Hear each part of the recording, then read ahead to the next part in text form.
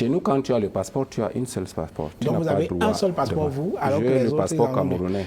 Ah oui, c'est ça que vous appelez serpent à deux têtes tout à l'heure. Oui, là maintenant, comme vous aimez les gens serpent à deux têtes, quand je rentre, je vais prendre aussi passeport allemand. Donc je vais venir aussi vous raconter du n'importe quoi. Oui. Parce que là, c'est mon pays, je respecte mon pays, mais tous les joueurs de l'équipe nationale, ils ont des nationalités. Ils ont des nationalités, là, c'est bien clair. Mais tous les joueurs, les grands joueurs de l'équipe nationale ont tous leur passeport camerounais. Aka, donc ce n'est que ça qu'ils ont. Je suis le seul joueur qui a un seul passeport camerounais. Ils n'ont que ça, ils n'ont que le passeport camerounais. Non, non, non. Cite-moi 5 joueurs.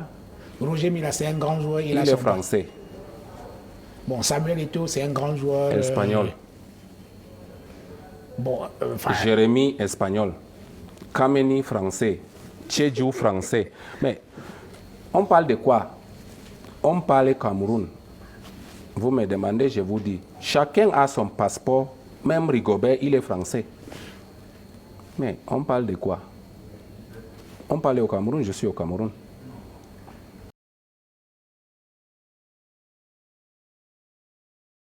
Des fraudes massives au baccalauréat embarrassent les autorités en charge des enseignements secondaires et l'organisation des examens officiels.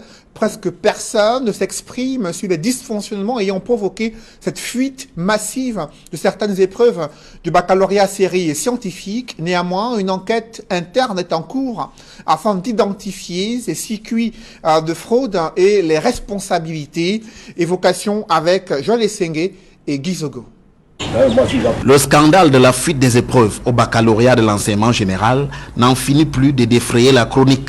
Pourtant, jusqu'à ce jour, ni le ministère des enseignements secondaires, ni l'office du baccalauréat n'ont fait la moindre déclaration à ce propos. Tout au plus, la ministre des enseignements secondaires a confirmé les fuites en rendant public le communiqué relatif à la reprise des épreuves de mathématiques, sciences et vie de la Terre et physique. Quant à la tenue d'une conférence de presse, cette éventualité reste pour le moment hypothétique au ministère des enseignements secondaires. Toutefois, nos informations laissent entendre qu'une enquête est actuellement menée à la fois par le ministère des enseignements secondaires et l'office du baccalauréat pour retrouver l'auteur de ces fuites. Et les suspicions sont circonscrites aux 1252 chefs de centre du baccalauréat que compte le Cameroun. À l'heure qu'il est, selon des indiscrétions, les premières investigations ont déjà permis de localiser l'épicentre de cette fraude à partir des conversations WhatsApp et autres. Cette option est privilégiée, à en croire nos sources, par le fait que le circuit suivi par les épreuves jusqu'à l'examen montre que l'intégrité d'une enveloppe contenant des épreuves n'a pu être violée que dans un centre d'examen. À l'appui de cet argumentaire, une copie d'une épreuve concernée montre clairement le scellé de l'enveloppe des faits avant que l'épreuve ne soit filmée.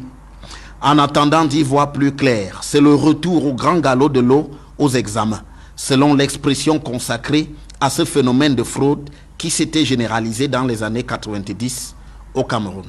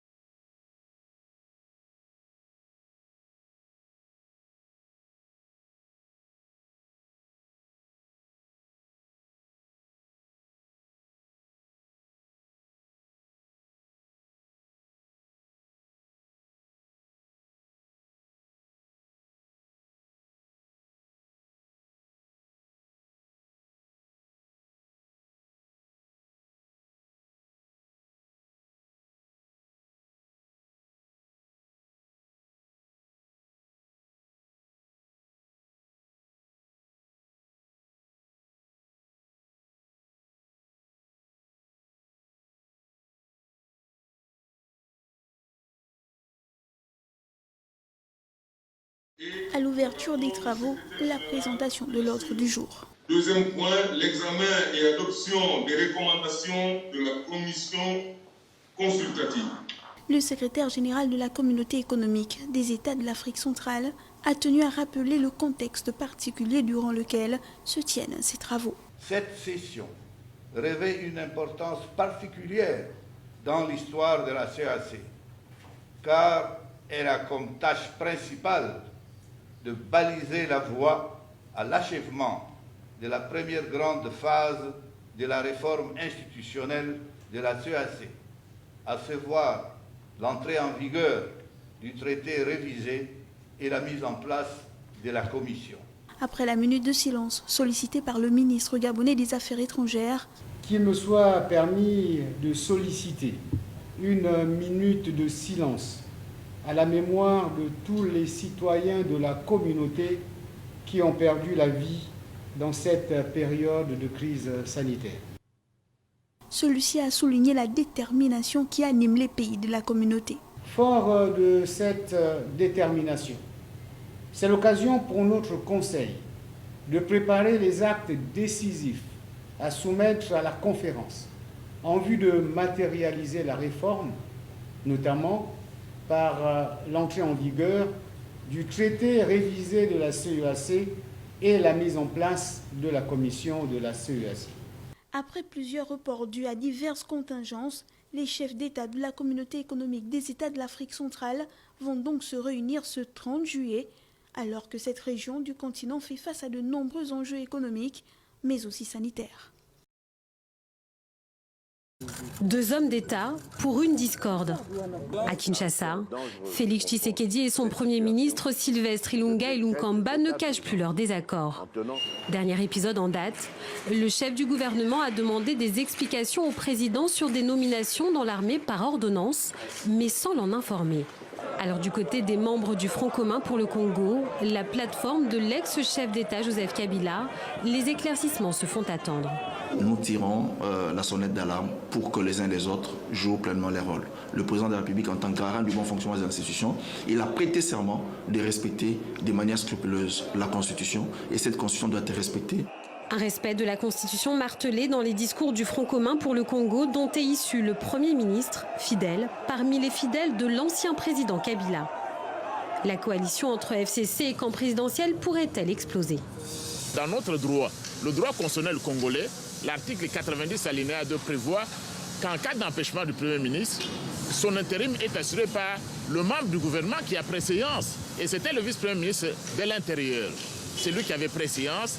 Il a contresigné les ordonnances qui n'appartiennent pas au Premier ministre, qui sont les actes du président de la République, dont il n'y a aucune raison possible pour que le président puisse revenir sur ces ordonnances. En l'absence de Sylvestre Ilunga Ilunkamba en déplacement dans le Haut-Katanga, les ordonnances ont donc été contresignées par le vice-premier ministre. Certains exigent leur annulation. Je ne trouve dans l'histoire aucune expérience où une ordonnance prise va être annulée puisqu'il n'y a pas eu, et dans les cas d'espèce, il y a eu un membre du gouvernement qui a représenté l'exécutif pleinement et légalement. Donc je ne vois aucun motif pour qu'il y ait annulation. Le Premier ministre a demandé une rencontre avec Félix Tshisekedi pour tirer au clair cette situation qu'il estime préoccupante.